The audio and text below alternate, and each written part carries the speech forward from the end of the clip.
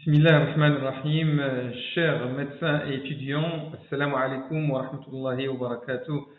Nous allons parler dans ce cours de la spirométrie, de la théorie à la pratique.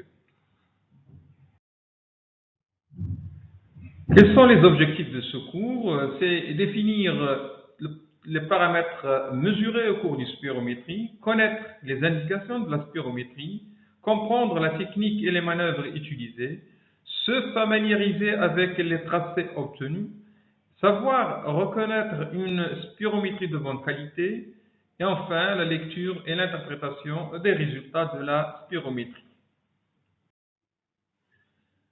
Souvent, on mélange le terme spirométrie et exploration fonctionnelle respiratoire qu'on assimile aux lettres E, F, R, mais la spirométrie ne fait qu'une partie de ces explorations fonctionnelles respiratoires qui comprennent autres explorations, donc la plethysmographie, donc vous avez ici une cabine de plethysmographie. Vous avez la mesure de la DLCO pour évaluer les échanges gazeux. Vous avez la gazométrie artérielle. Vous avez un petit appareil qui s'appelle le débitmètre de pointe et qui mesure le débit expiratoire de pointe. Donc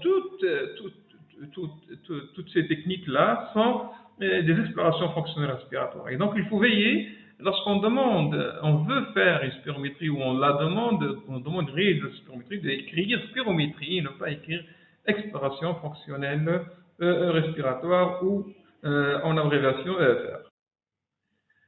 Donc, quels sont les principes de la spirométrie? La spirométrie, c'est une évaluation de la fonction respiratoire basée sur la mesure des volumes mobilisables et des débits respiratoires.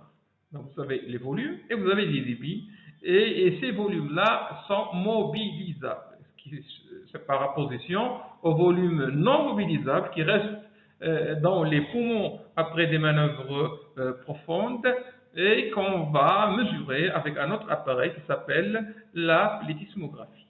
L'objectif principal est donc dans la spirométrie en pratique courante, c'est de confirmer ce qu'on appelle un trouble ventilatoire obstructif et de s'orienter vers un trouble ventilatoire restrictif.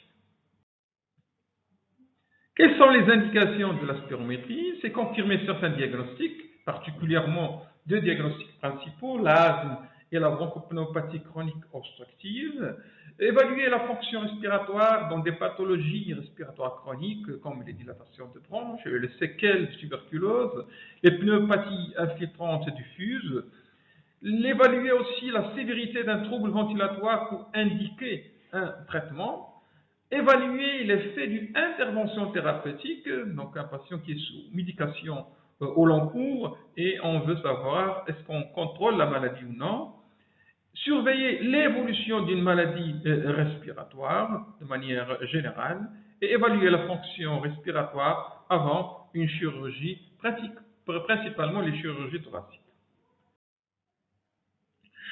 Quelques éléments de terminologie et définition.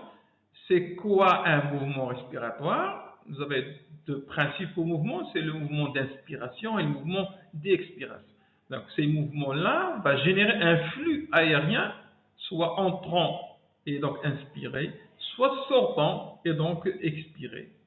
Et ce flux aérien va entraîner, conditionner la genèse d'un volume soit entrant, soit sortant, et c'est le volume mobilisable cette mobilisation va se faire au cours d'une durée. Et donc, lorsqu'il va se faire au cours d'une durée, elle peut se faire soit avec un débit instantané qui est fixe, ou bien un débit qui est variable dans le temps. Et donc, pour faire mobiliser ce volume, on a besoin d'un effort respiratoire. Et cet effort respiratoire, c'est le mouvement respiratoire qui va être caractérisé par un travail respiratoire qui va générer ce volume mobilisable avec un certain débit instantané. Et donc, vous imaginez qu'on peut faire différents types d'efforts respiratoires en changeant le débit instantané, en générant un plus grand volume ou un plus petit volume en fonction de besoins, en fonction de ce qu'on va faire comme travail respiratoire. Et cet effort respiratoire, comme j'ai dit, va entraîner la genèse d'un volume mobilisable. Et donc, ce volume mobilisable, c'est un volume qui va être mobilisé au cours de cet effort respiratoire avec un débit instantané. Et donc, le même volume, on peut le mobiliser avec un débit qui est fixe, donc constant, ou bien un débit qui va varier dans le temps. Et donc, il faut faire la différence entre les vrais débits, donc c'est les vrais débits, ce qu'on appelle les débits instantanés, et les faux débits, par exemple le VMS, c'est un faux débit, c'est pas un vrai débit, on va le voir par la suite. Mais le vrai débit, c'est ce qu'on appelle le débit instantané, c'est la vitesse d'écoulement d'air dans les voies aériennes à un instant T. Et donc, c'est l'équivalent, lorsque vous avez le cadran d'une voiture, c'est l'équivalent de la vitesse instantanée que vous voyez dans le cadran de vitesse d'une voiture. Et donc, c'est à un instant T et pas au cours d'une durée. Et donc, pour faire varier notre volume en termes de quantité et faire varier le débit instantané, on peut utiliser différentes manœuvres. Et donc, le mouvement effectué, inspiration-expiration, peut être profond. Et donc, c'est quoi profond? On va utiliser le terme profond pour dire qu'on va mobiliser un volume maximal, mobilisable, d'air pendant la plus longue durée possible. Ce qui va permettre soit de vider au maximum le poumon, soit de remplir au maximum le poumon. Et puis vous avez ce qu'on appelle le mouvement forcé. Ce mouvement forcé, il va jouer sur les débits. Et donc il va permettre, ce mouvement forcé, il va permettre d'atteindre un débit instantané, soit expiratoire, soit inspiratoire de pointe, c'est-à-dire le plus rapidement possible, on va atteindre ce débit. Et ce débit-là, par exemple, pour une expiration forcée qu'on va utiliser dans la spirométrie, ce délai-là qui va permettre d'atteindre cette vitesse maximale, ce débit maximal de pointe, généralement c'est de 120 millisecondes. Et donc, ça va faire la différence entre un vrai mouvement forcé avec un mouvement qui est normal. Donc, profond, c'est plutôt une question de durée de temps, la plus longue possible. Forcé, c'est la force la plus importante et la plus rapide possible. Donc, plus long possible, c'est profond. Plus rapide possible, c'est forcé. Et c'est l'équivalent de ce qui va faire la différence entre différentes voitures. Donc, lorsqu'on va dire qu'on va atteindre 100 km à l'heure en 5 secondes, donc une Porsche va l'atteindre en 3 secondes à peu près, et un R4 ou une ancienne voiture va prendre presque 1 minute pour atteindre 100 km à l'heure. Et donc, c'est la rapidité avec laquelle on atteint notre débit maximal. Donc, on va utiliser le terme manœuvre pour désigner un ensemble de mouvements combinés qui vont se succéder dans le temps. Et donc, vous avez ce qu'on appelle la manœuvre lente qui va se contenter d'un mouvement profond et continu. Profond et continu. Profond, c'est-à-dire pour atteindre le maximum de volume mobilisable pendant la plus longue durée possible. Manœuvre forcée, même si le terme, même si on l'appelle forcée, elle comprend la partie forcée réelle, elle va débuter par un mouvement forcé, ça veut dire quoi? Atteindre la vitesse maximale le plus rapidement possible, et se continuer par un mouvement profond, c'est-à-dire prolonger le mouvement le plus long possible.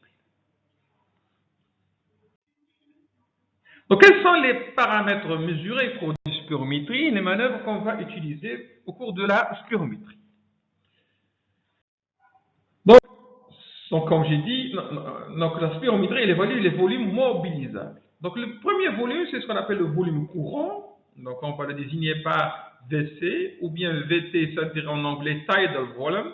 Et donc, ce volume courant, c'est le volume mobilisé au cours d'une respiration calme, soit au cours d'une inspiration, soit au cours d'une expiration.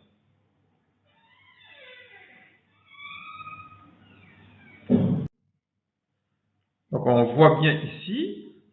Donc, voilà. Donc, voilà le inspiration, expiration, inspiration. Et donc, le volume courant, c'est celui-là. Donc, il va être mobilisé au cours du cycle respiratoire, soit au cours de l'inspiration, soit au cours de l'expiration. Donc, à peu près, il avoisine 700 millilitres. Bien sûr, il y a des variations en fonction de certains éléments, poids, taille, sexe, d'autres conditions. Puis, vous avez ce qu'on appelle le volume de réserve expiratoire. C'est un volume, donc désignation VRE. C'est un volume qui est mobilisé après une expiration normale,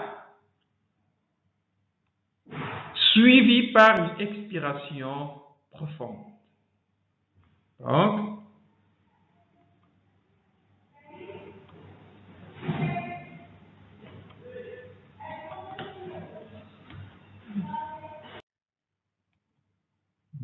en arrière.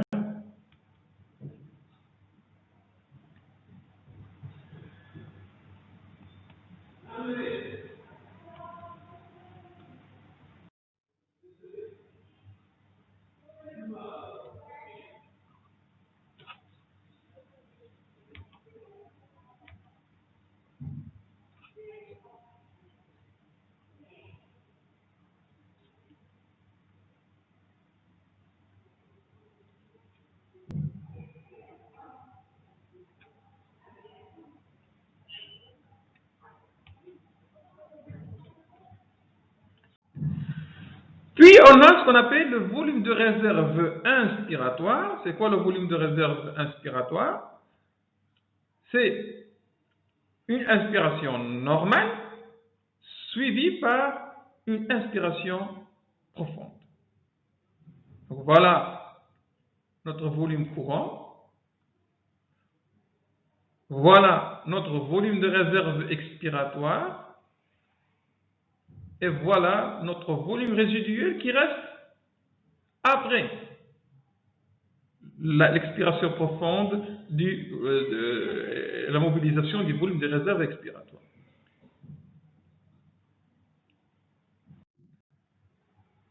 Donc voilà, on fait une inspiration normale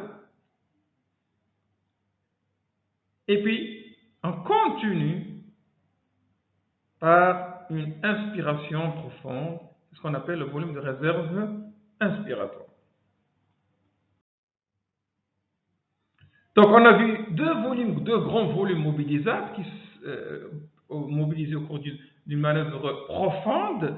C'est le volume de réserve expiratoire et le volume de réserve inspiratoire et le volume qui est mobilisé au cours de respiration normale qui est le volume courant. Donc nous allons parler maintenant de qu'est-ce que c'est une capacité. Une capacité, elle va regrouper, c'est un ensemble de volumes qui vont être sommés de manière progressive. Et donc il regroupe plusieurs volumes.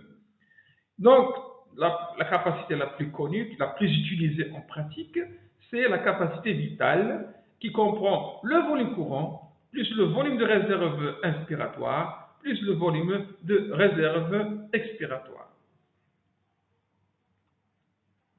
Et donc, c'est volume de réserve respiratoire, volume courant et volume de réserve expiratoire.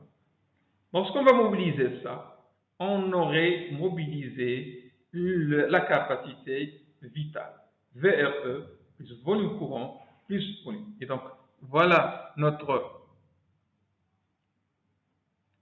volume de réserve respiratoire, voilà notre volume courant, et puis on a notre volume de réserve expiratoire Une fois mobilisé, il va y rester à l'intérieur le volume résiduel. Donc lorsqu'on va mobiliser la capacité vitale, soit en expiration, soit avec l'inspiration,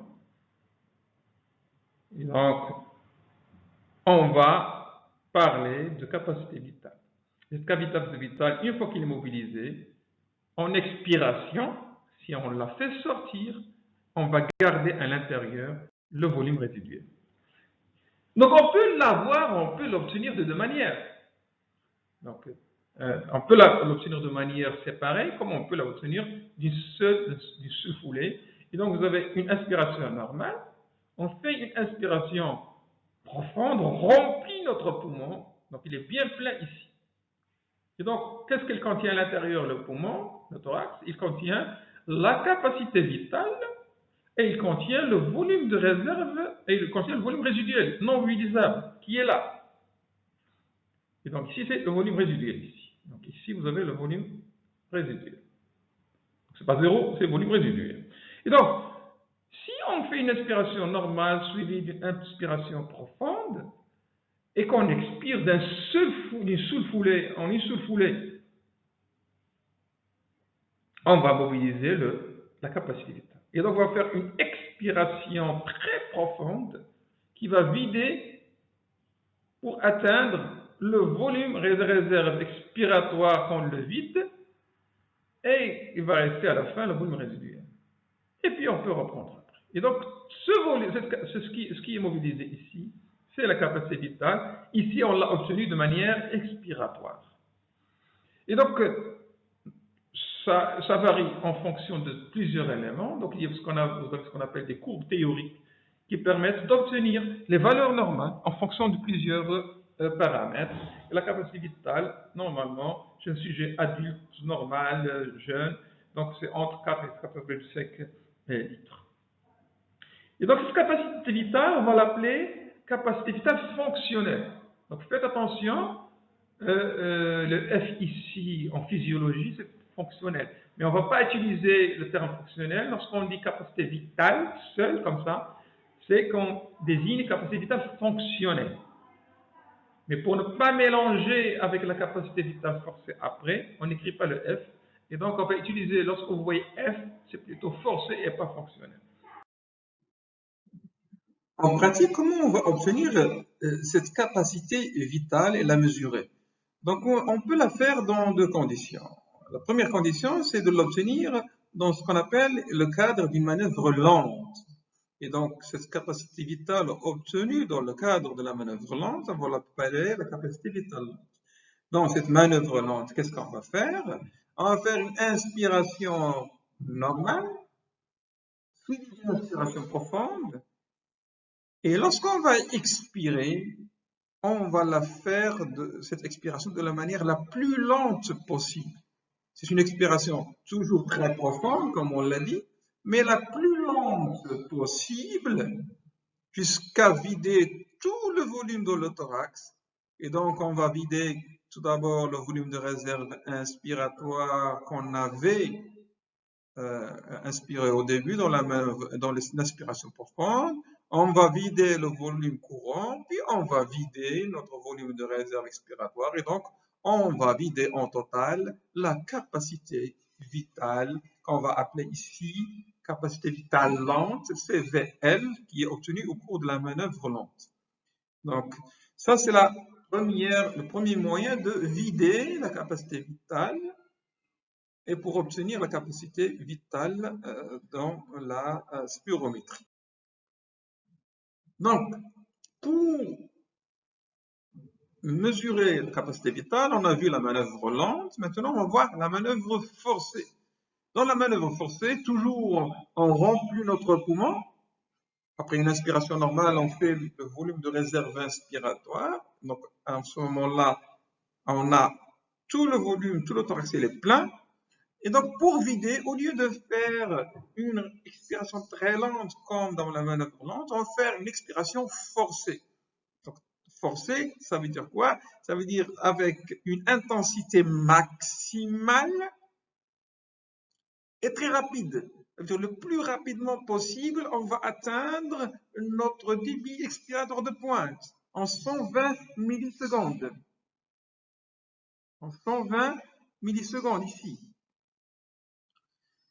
Une fois qu'on a obtenu fait notre expiration forcée, on va continuer notre expiration. On va la continuer de manière lente pour vider ce qui reste dans le poumon. C'est une expiration qui va être très profonde et lente pour vider la capacité vitale, qu'on va appeler ici la capacité vitale forcée. Généralement, ça doit durer environ 5 à 6 secondes pour vider ce qui reste dans le poumon.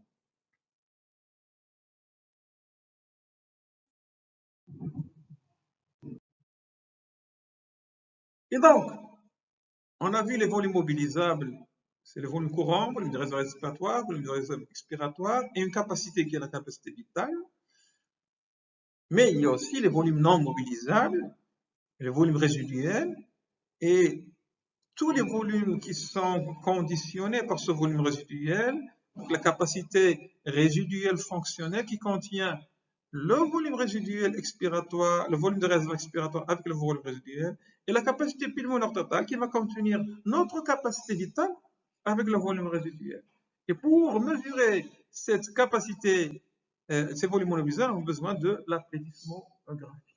Nous avons vu les volumes mobilisables, nous allons voir maintenant les débits. Donc les vrais débits, c'est ce qu'on appelle les débits instantanés.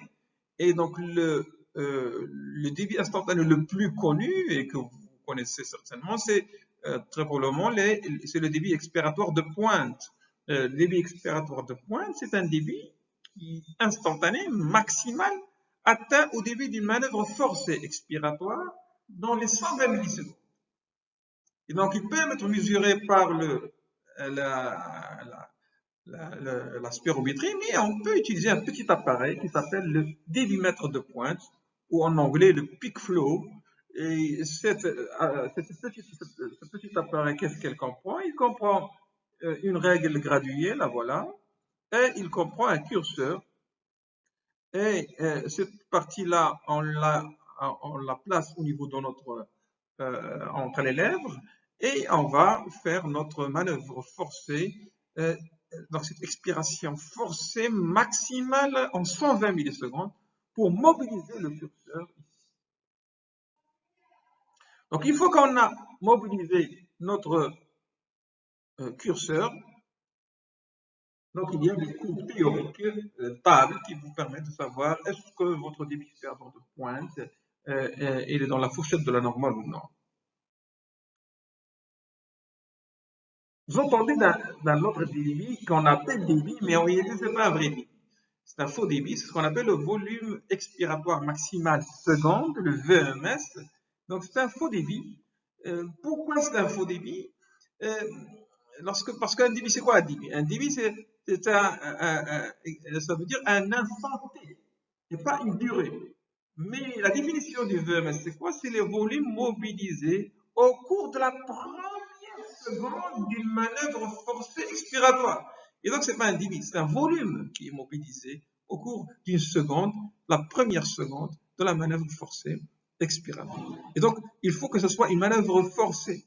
Et donc, on ne peut pas parler de VEMS si on n'a pas une manœuvre forcée. Et donc, c'est pourquoi il faut veiller à que ce soit la manœuvre qu'on va faire, elle respecte les conditions de l'intensité et de la rapidité. Intensité et rapidité.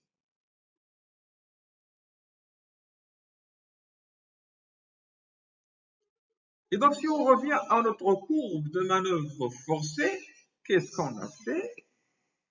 On a fait notre expiration forcée et très rapide. On a obtenu notre débit expiratoire de pointe en 120 millisecondes. Donc, il y a un débit qui est ici, qu'on ne le voit pas, c'est la vitesse qui a été faite, qui a été obtenue à ce niveau-là. Mais il continue à vider.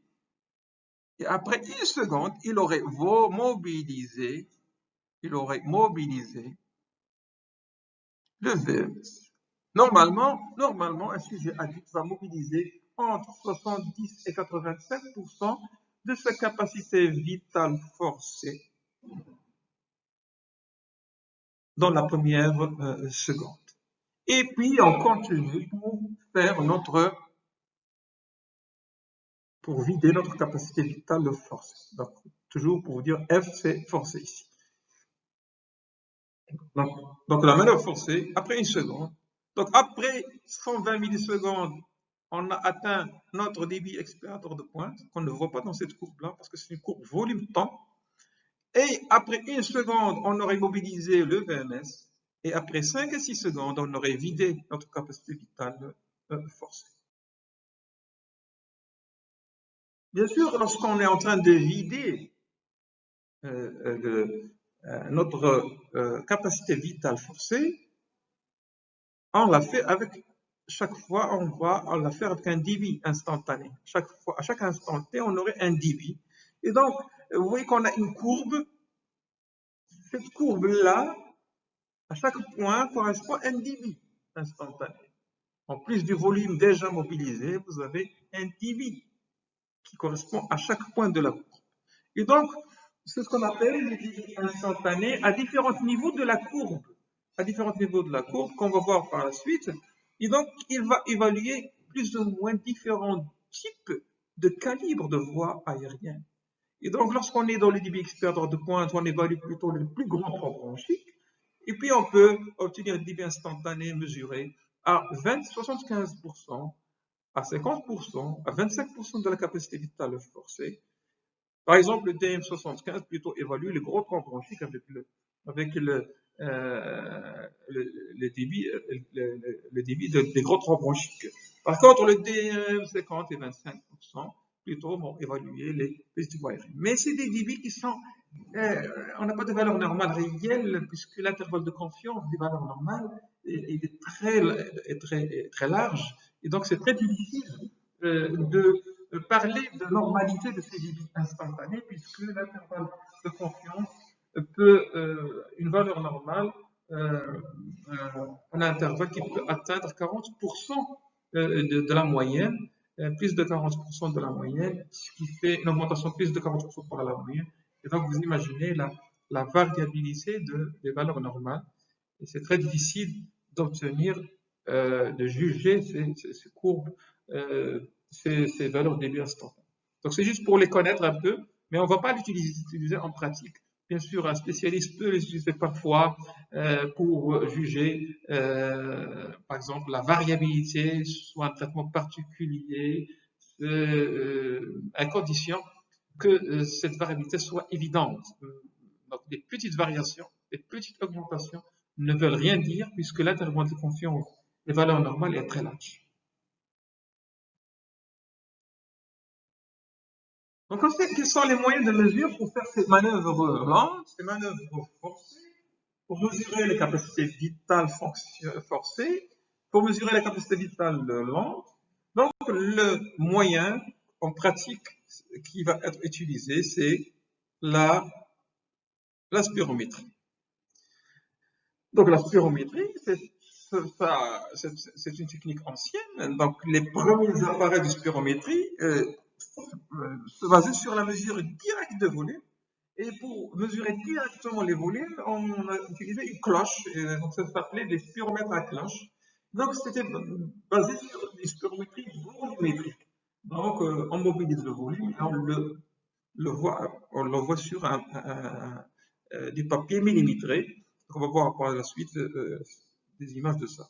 Et puis vous avez, donc voilà, un spiromètre volumétrique. Vous voyez ici, la personne est en train de souffler ici. Donc, et vous avez ici un stylet, donc un papier millimétrique qui déroule avec une certaine vitesse.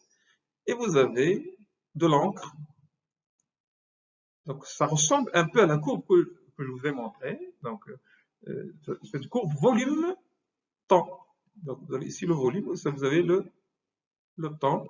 Et donc, cette courbe volume-temps vous permet d'obtenir les différents volumes. Bien sûr, ici, vous n'avez pas d'idée sur les débits. Et donc, vous n'avez pas d'idée sur les débits instantanés. Et donc, vous pouvez obtenir, par exemple, dans une manœuvre forcée, la capacité VMS, la capacité bêta forcée, mais vous n'aurez pas le débit expiratoire de pointe, vous n'aurez pas les débits périphériques, les petites voies aériennes. Et donc, ça, c'est un inconvénient des spiromètres volumétriques. Donc, c'est une mesure directe des volumes. Et donc, on va obtenir un court volume temps.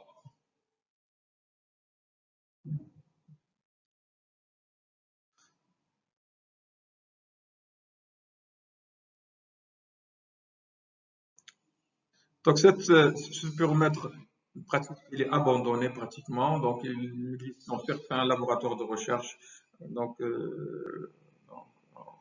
on l'utilisait auparavant dans les travaux pratiques de spirométrie, mais maintenant, c'est abandonné. Puis, vous avez, donc, je vais vous montrer une animation qui vous montre ça. Donc, voilà, quelqu'un, vous avez le patient, il est là. Vous avez ici la cloche. Vous avez ici un entonnoir qui va contenir la cloche. Bien sûr, il faut se débarrasser toujours du CO2, donc il y a un peu de chaud qui va permettre de se débarrasser du CO2 dans ce circuit-là. Et puis vous avez ici, donc cet entonnoir cette cloche qui est vide. Et donc, une fois qu'il va expirer, cette cloche va monter. Et une fois qu'elle monte, ça va se traduire sur le papier millimétrique qui se déroule à une certaine vitesse, se traduire par translation, par un tracé qui va montrer une descente du stylet. Donc, le stylet qui descend pour faire l'expiration. Voilà, il descend. La cloche qui monte. Et vous aurez votre tracé volume-temps de spirométrie. Donc, vous allez obtenir ça, donc le court volume-temps dont on a parlé. Mais deuxième mesure qui utilise actuellement, ce n'est plus la spirométrie volumétrique, mais ce qu'on appelle la spirométrie dibimétrique. Ce qui est intéressant ici, c'est qu'on ne va pas mesurer directement le volume, mais c'est une mesure indirecte de volume par intégration à partir du débit instantané. Donc, au lieu de mesurer les volumes, on va commencer par mesurer les débits instantanés. Et pour mesurer les débits instantanés, on va utiliser un outil qui s'appelle le pneumotachographe. Donc, ces appareils spirométriques dibimétriques contiennent un pneumotachographe qui va mesurer directement les débits instantanés. Donc, ce pneumotachographe, je vous montre le principe du pneumotachographe, c'est quoi? Voilà, ici vous avez l'embout buccal. Donc, il y a un embout que le patient va pincer entre ses lèvres. Là, ici, la bouche du malade. Et le flux aérien qui passe dans le pneumotachographe. Et ce pneumotachographe est capable, qui est lié soit directement à l'ordinateur, soit lié à un petit quelque chose d'intermédiaire, un petit appareil intermédiaire, et c'est une station intermédiaire qui va traduire ce signal physique, qui est l'air mobilisé, va le traduire en un signal numérique, électrique, puis numérique, reconnu par un logiciel de l'ordinateur. Donc, le pneumatographe, il mesure les débits instantanés en permettant de transformer le flux aérien mobilisé par le sujet en des données électriques.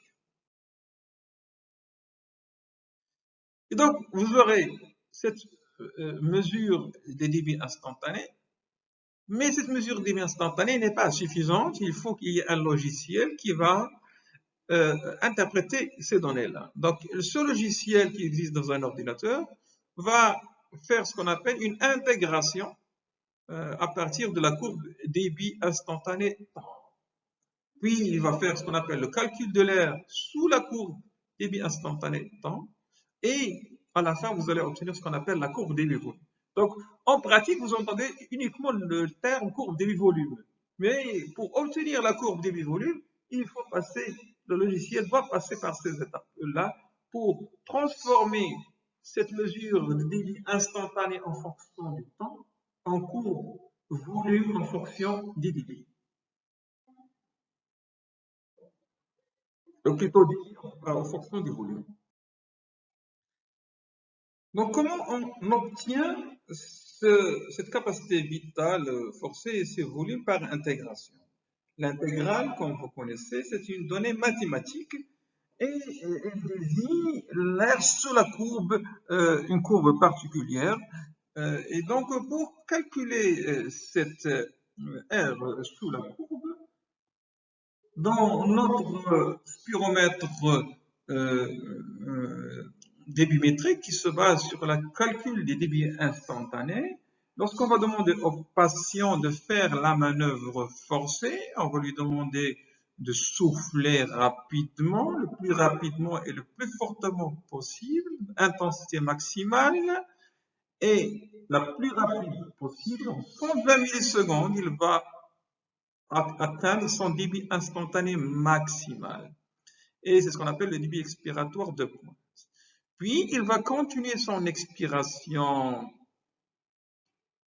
lente et profonde pour vider totalement le thorax et laisser les volumes résiduels. Et au cours de cette manœuvre profonde, les débits vont chuter à partir du débit expiratoire de pointe de manière progressive pour s'annuler à la fin de la manœuvre.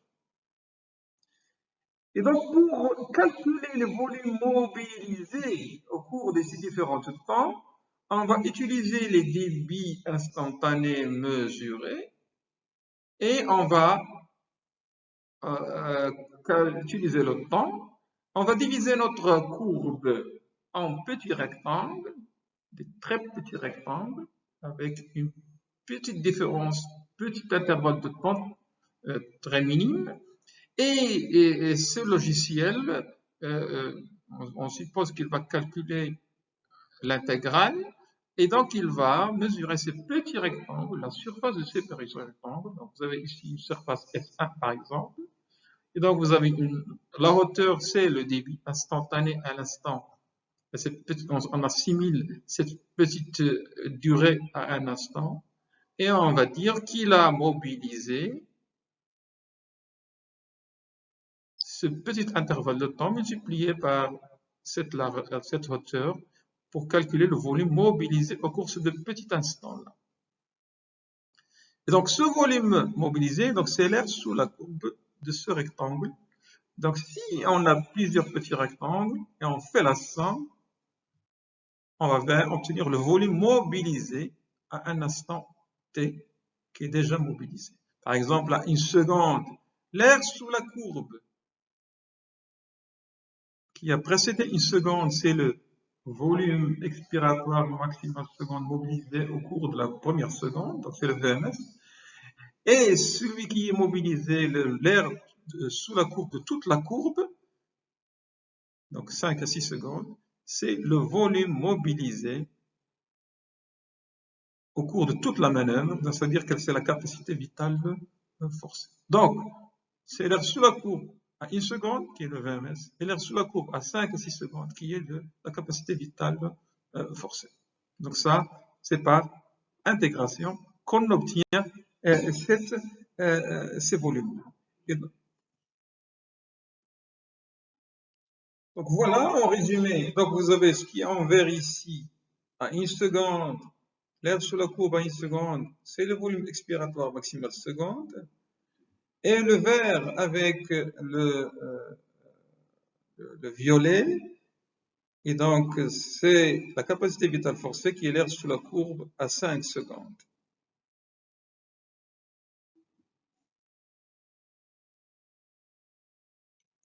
À partir de ces données-là, on obtient une autre courbe qui est la courbe volume-temps de la manœuvre forcée. Et donc, vous avez ici le temps, vous avez ici le volume. Donc, vous avez après 100 millisecondes on obtient un volume qui est mobilisé, mais on atteint un débit qui est le débit supérieur de pointe, qu'on ne voit pas ici, on ne voit dans la courbe volume débit de temps. Et ici, à 1 seconde, on obtient le volume qui a été déjà mobilisé, qui est le VMS, et à 5-6 secondes, on obtient le volume qui a été la capacité vitale forcée. Et comme vous remarquez ici, lorsqu'on va commencer à atteindre la capacité vitale forcée, on obtient un plateau. Donc ce plateau veut dire que vraiment la manœuvre était forcée en termes de qualité. Et donc c'est une courbe très intéressante parce qu'il va nous donner des informations, tout d'abord, sur le VMS obtenu, et sur la durée de la manœuvre, et sur la qualité de la manœuvre, est-ce que la manœuvre était forcée.